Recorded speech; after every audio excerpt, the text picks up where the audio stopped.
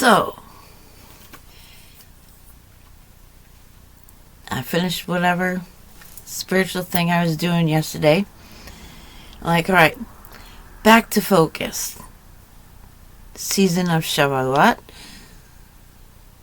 Repentance. I'm going to read Maccabees. Time I read Maccabees. Because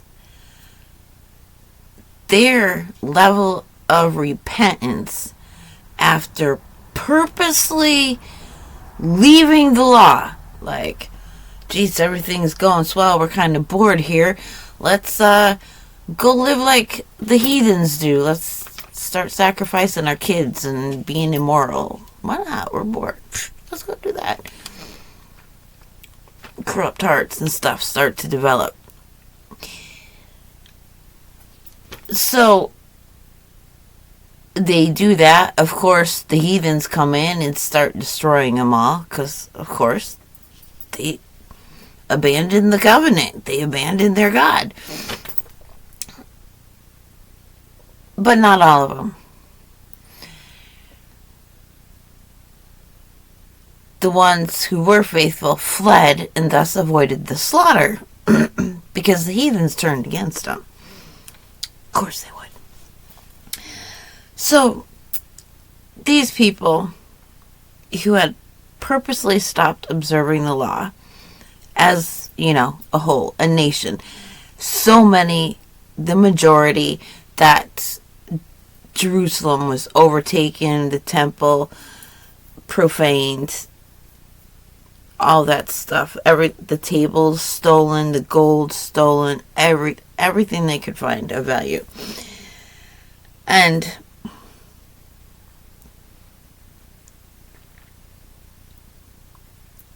so it's just blowing my mind. Again, the Maccabees is where you find the reason for Hanukkah, which an Ashkenazi Jewish teacher teaches, and all the rabbis teach. They don't know why Hanukkah. They have these ideas. They pitch ideas. Okay. The light of creation, the light in the dark, and I'm seeing a consistent pattern here because I'm reading through Maccabees and the Feast of Hanukkah, what they did to repent that was sufficient enough for Yahudah to make them conquer despite being few in number, not having weapons against overwhelming odds. They're given to win because they repented. Their acts of repentance made them worthy. So then I read on further. They are also supposed to be observing the 13th day of Adar, the day before Purim, because that's the feast day for when they conquered, say his name right, Nicanor. Dude hated the Israelites. Deadly hatred. And so the king that they were fighting against, who had done all the oppressing, got his best buddy, who he knows has a deadly hatred for these people, go on down there. Start being bad to him. Do your worst.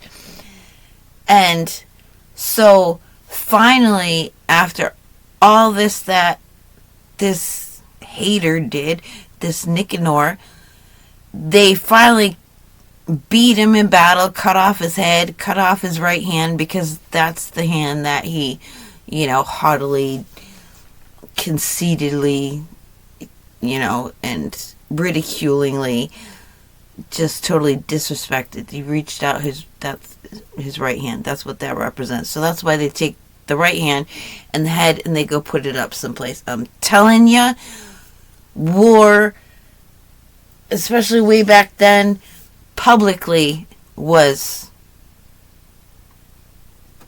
worse than what we see today. They just blow people up today.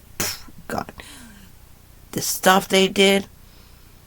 Hanging was not hanging by a noose. It was a sharpened stake that they tie your hands behind your back and they sit you on it and they wait for your weight to impale you.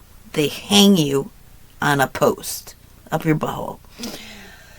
This is what I'm saying. So, when we're talking about, the Bible, they're talking about all these killings. The Israelites killed all these people, the Jewish people. They're just as bad, and you Christians, you preach the Bible. Your God's not a God of love.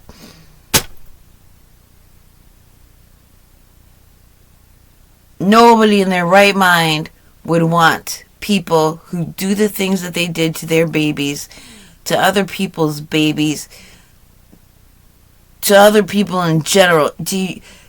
No. Nobody would tolerate that. Anybody would have killed them. That's why God's like, wipe them the F out. Okay? So, because they're not allowed to read the book of Maccabees, they are not observing one of the feast days that they're supposed to observe. Okay.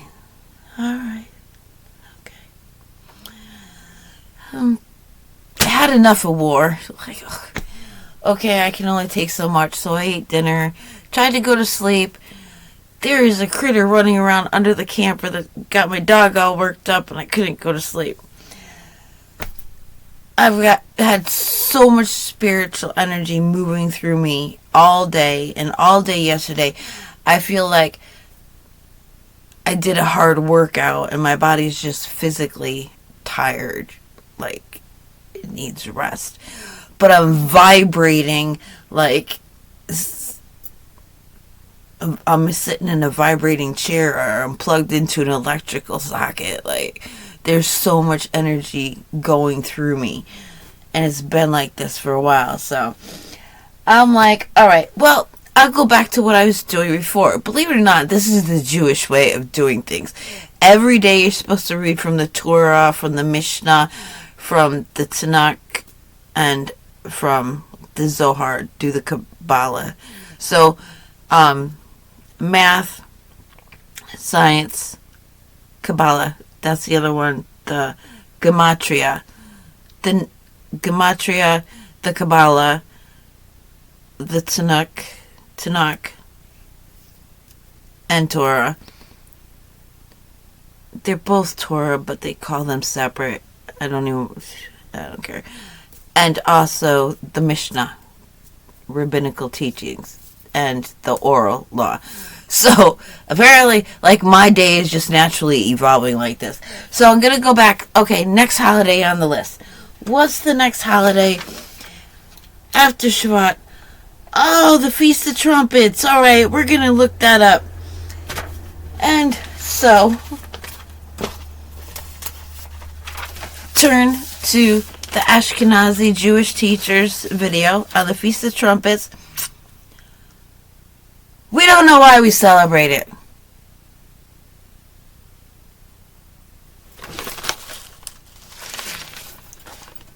Because it says so at Leviticus and Numbers.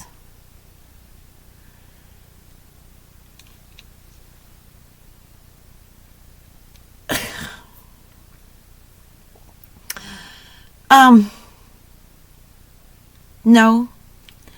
It's because it specifically says to do so in the book of Exodus. When they received the law, Shavuot, they were told by God himself, Yahudah says, on this day, the 7th month, is it the first day? I think so.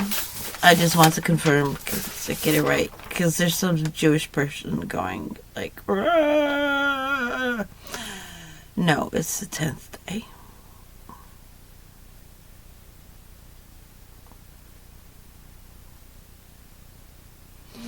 Okay, yeah, so it's the 10th day. Oh. It's actually the first day that it starts. But not according to Jewish tradition. That's another thing that they don't observe, that they're supposed to be observing. But okay, so Exodus says on the 10th day of this month, you're going to do this. And it's twofold. Because every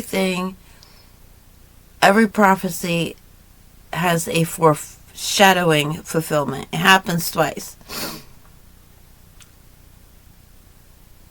Go review the teachings. It's true. It happens. Everything in the Bible.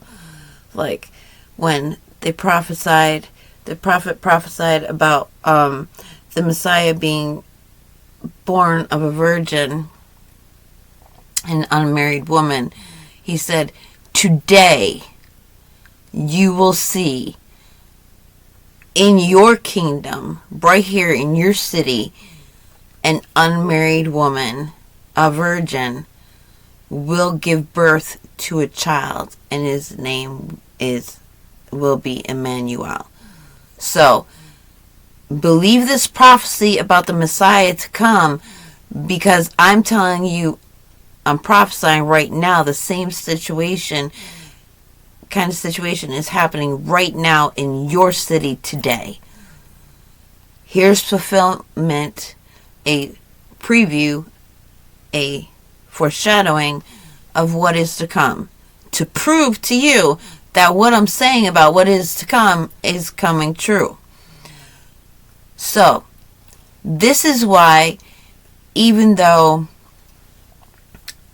the Torah was given at the beginning of the year, and it is celebrated, Shavuot is, in remembrance of that, but they're also told to remember in the fall. And before they did the cow thing, he told them, get ready, spend 2 days preparing, and you don't know what moment it's going to be, you don't know exactly, but spend 2 days preparing. I want you to wash your butts, clean your clothes, hang them out in the sun, disinfect them. Just get ready for these 2 days. Do that. And then all of a sudden, trumpet blast came from off the top of the mountain. The sound of trumpets, so bad, so loud that the people were shaking a mile away. So, trumpet blast to call the people to that moment. And it was changed. Like, that they would have to, not just on Shavuot, but in the fall. Why? What is the foreshadowing there? They're going to blow the trumpets, and guess who's going to show up? How do we know this? Lots of reasons. So, the part that your Jewish community mainstream today does not celebrate is Tishri 1 through 10.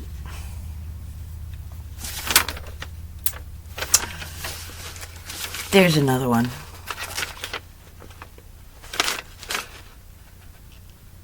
Oh, they call it Rosh Hashanah, the Feast of the New Year. So what they did was, because in Enoch, it had the season celebrated. So they were supposed to mark a day and celebrate for the first day of the 3 months of a season. Well, instead, they decided that they're breaking it up into 6 months instead of 4, but Tishri was supposed to be a month that represented the beginning of a season, so instead they have 4 new years for the different things to take away from, to distract, to deny, to oppose, to contradict what the Creator Himself gave to Enoch for them to observe, how to observe the year. Okay, so that's another thing. They don't know where they do it. The rabbis say. So, what happens from the 1st to the 10th? That is supposed to be a time of introspection. So, it's an agricultural community. What they're doing at this time of year is they've got their harvest. They're separating the wheat from the chaff. And on the 10th day is when they burn the Day of Atonement. So you got the Day of Judgment, the separating of the wheat and the chaff, and then the burning of it. So that whole first 10 days, while they're harvesting and taking care of everything, they're seeing the results of the fruits of their labors. So from the 1st to the 10th is a period of introspection. So spiritually, comparing it to the harvest, like, when did you plant your seeds? How many seeds did you plant? Where did you plant your seeds? When did you water? How much did you water these seeds?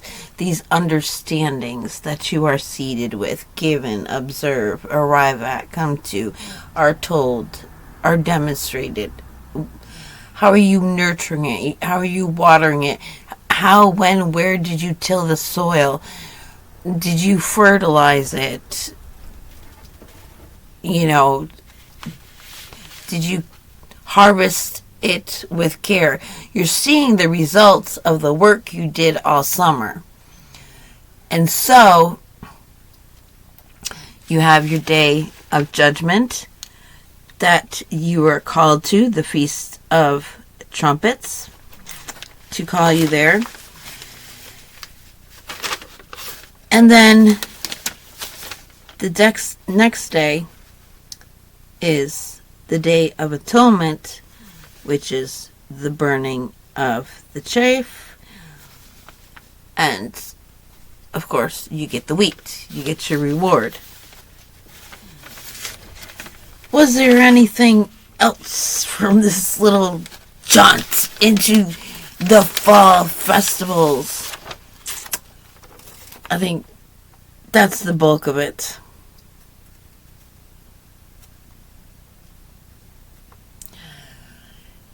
Just, I gotta remake my calendar, my list of holidays now, because there's 2 of them that they don't have in there. And then there's just the whole guarding of the month of Aviv. So, just like guarding the month of spring, the season of spring, they work all summer. They work. And then the fall, also, it's the new year. It is the ceasing of manual labor. That's what they call it. But just like they don't understand that the entire spring itself, like the entirety of it, is sacred, holy. There's festivals, observances, like there is very little physical labor going on here. Their lives, if they're following the Torah, they're pretty quiet lives. I mean, like, yeah, have a feast. I'll take a break, give your stomach a break, give it a fast. Party time again! I mean, like, it's awesome. First quarter of the year, then the summer, manual labor. And then, just like the entirety of the spring is supposed to be guarded, all 3 months of it. Oh. I know, after a while, I get so tired of listening to them drone on in their authoritative manner, knowing that the evidence is like everywhere. I'm covered in evidence, like just pages and books all around me, books that they're supposed to have as part of the law and that they don't, and so it has to be a completely separate book. It's like I am surrounded by evidence of why they're being authoritative, absolute, and judging. If I was sitting in that room, I would be called a galoot, filthy heathen, ignorant savage, a lawless person. I mean, with the most detestable terms. And I'm just sitting there going, I really don't want to listen to this man anymore. I really don't. But there are still gems and insights that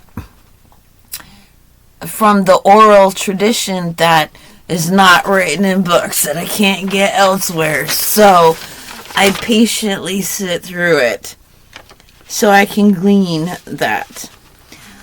So yeah, they at least know it's a day of judgment because Psalm 81 says so. It speaks of eating honey and then the apple to remember the Garden of Eden. When they ate the fruit, they were judged. They had to get out. And also Psalm 81 speaks of Joseph getting out of prison on this day, the Feast of Trumpets. And as an aside, I'm not going to learn anywhere else, he has the H in front of his name, just like Abraham became Abraham. Abram became Abraham. The extra H is due to merit.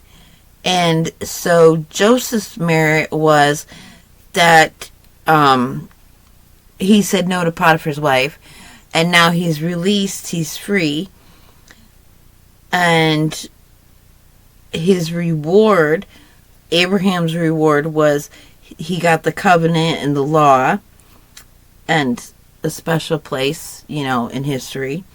The Messiah is going to come from his line. And Joseph's gift was an angel came down, presumably Metatron or Enoch.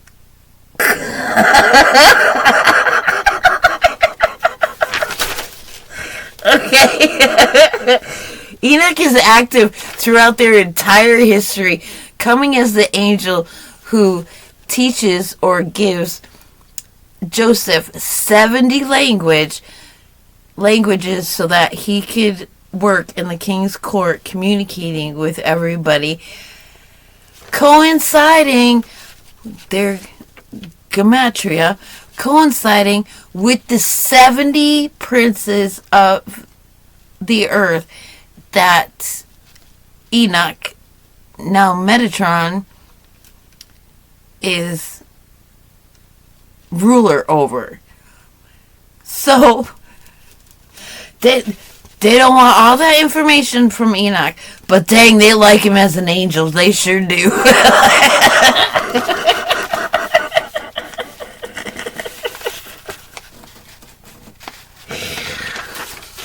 Oh. Okay, was there anything else out of all all the winter is going to be an adventure, I'm sure, too. Let's see if I missed anything. So I just wanted to know, how do we observe the Feast of Trumpets? And where does that come from? But I am obviously devoted and obviously digging for treasure, so I'm doing the right thing. Oh.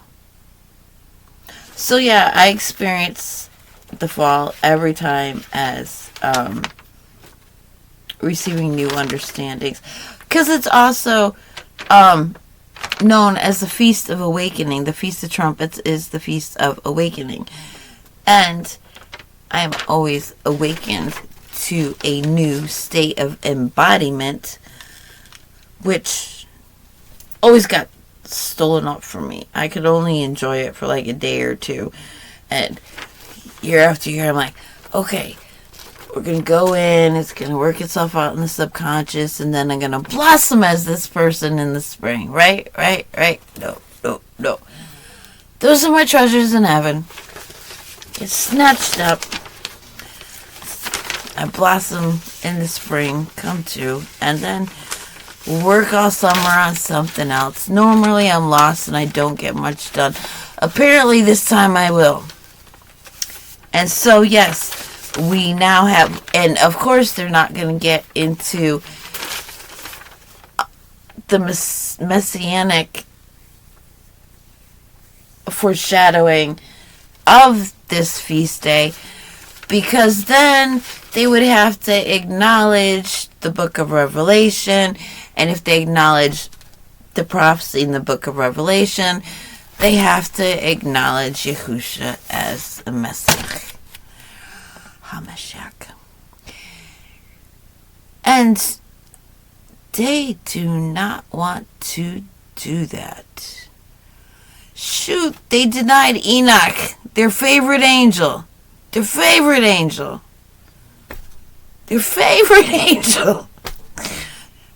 They deny him. No. Don't read the history about him. It's evil. Oh, it's so bad. It's so misleading.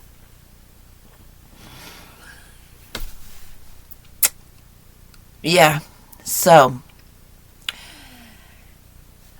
I know why Yahudah lost patience with them over and over again.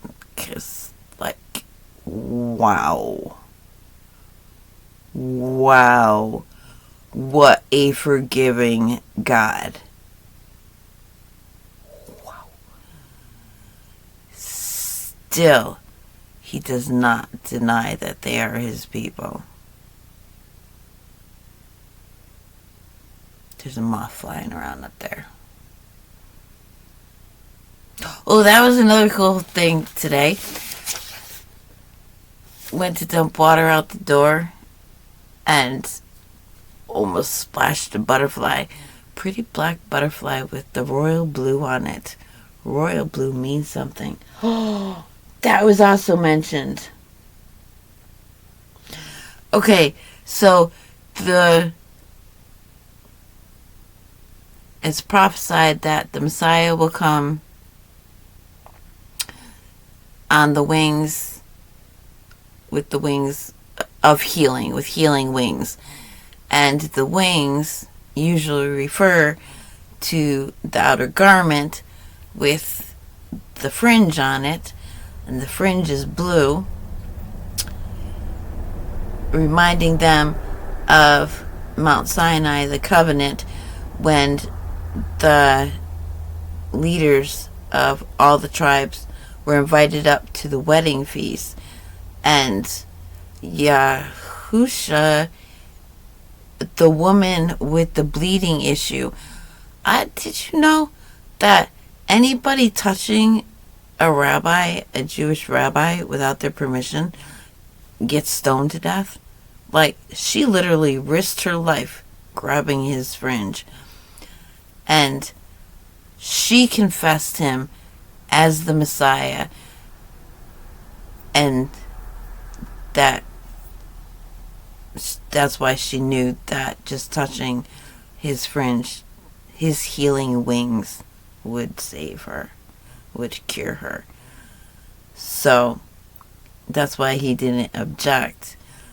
Because I had mentioned in another video, like, when you're got healing energy, you feel what is wrong with the person. You take, it's through oneness. You have to share your health. And when you're sharing your health, that healing energy with them that you're one with, you're also at one with their pain and their illness. But because your oneness regenerates, then their being in that state of oneness regenerates whatever's making them sick. So that's how it works. That's why touching somebody, like, all right, you're taking energy from me. People are doing it all day. I want a break, like. And so many of them ungrateful, like, don't even care. They're just like, yay, go run off and play. Nothing. Don't change their ways. So, yeah, like, she could have been stoned. He could have, like, really snapped at her. But she was given by Yahudah, his father, to know and declare him Messiah. So, like, that come from Daddy. He couldn't get mad at her because that was Daddy's doing. And he was prophesied back there. That's another reason why we know that it's a foreshadowing of when Yahushua is going to return, because the prophecy was given to Moses at the same time that there would be one who would come that if people didn't listen to him, they would definitely be cut off. He showed mercy on Mount Sinai because the whole bull fiasco, and Moses talked him into showing mercy. But he prophesied that one would come and he would judge the people, separate them, and they would obey him. And he would be the one that would only speak what his father told him to speak. He would never, like, speak his own mind, his own, like, divert, like, go against his father in the way that Moses kind of went against Yahudah, when Yahuwah's like, these people, that's it, it's over. And Moses like, no, bear with him. Yahusha's just going to accept his father's judgment. Not going to try and talk him out of it. That's the difference. And that's why he qualifies as king. Because to show mercy to the merciless is being merciless to the merciful. That's just so funky. Oh, that's a lesson that you learn in Maccabees as well. That's a lesson learned in Maccabees. And then also another lesson so far in Maccabees was because Yahudah Maccabee, the one called Maccabee, was a man of such great renown because he won all the battles. Other men wanted, you get glory from doing this. And so when they were not advised to, or they went against advisement to make a name for themselves, they both died doing it. There were at least two. There could have been three. I don't know. But they were good guys. It's just the foolishness of youth. One guy got crushed by an elephant. Excellent move. He did. I mean, battled people on both sides just to get down. He's going to make a name for himself by taking down an elephant. Went right on through, gets under it and cuts it from underneath, and it drops on him and kills him. I don't advise it. Like, wow. I wouldn't have thought of it either. Like, you would think it would fall over and you could scoot out. Who would think this thing you just... That's horrible. That's horrible. Oh, yeah. And to think, like, our world's just... We're going to be surrounded by that. I think I'm going to be able to handle it. I'll just remember every person who hurt me. No, I will not be begging for mercy for anybody. Because gosh dang it. Does anybody even read a book anymore? Does anybody even consider somebody that they don't like, of maybe a religion they don't like, or with a mannerism that they don't like, would have a precious gem to offer? Who does that? Who? You don't like my mannerism, but I am rolling in treasure. I am rolling in treasure. I know my value now. I am decorated, adorned. I'm adorned with the most valuable treasures in the whole world. And if you're going to treat me like... I'm not going to argue with it. Because I go out of my way. Too much, too far. With compassionate understanding. So many times. I give everybody the benefit of the doubt. Would always look at the silver lining in every cloud. Look for the good in every person. So, I did all I could do. They tried to save him. I really did. Didn't work out. So, yep. Okay, until the next adventure in feasts and whatever I read or whatever I wake up with in the morning. When I'm done going...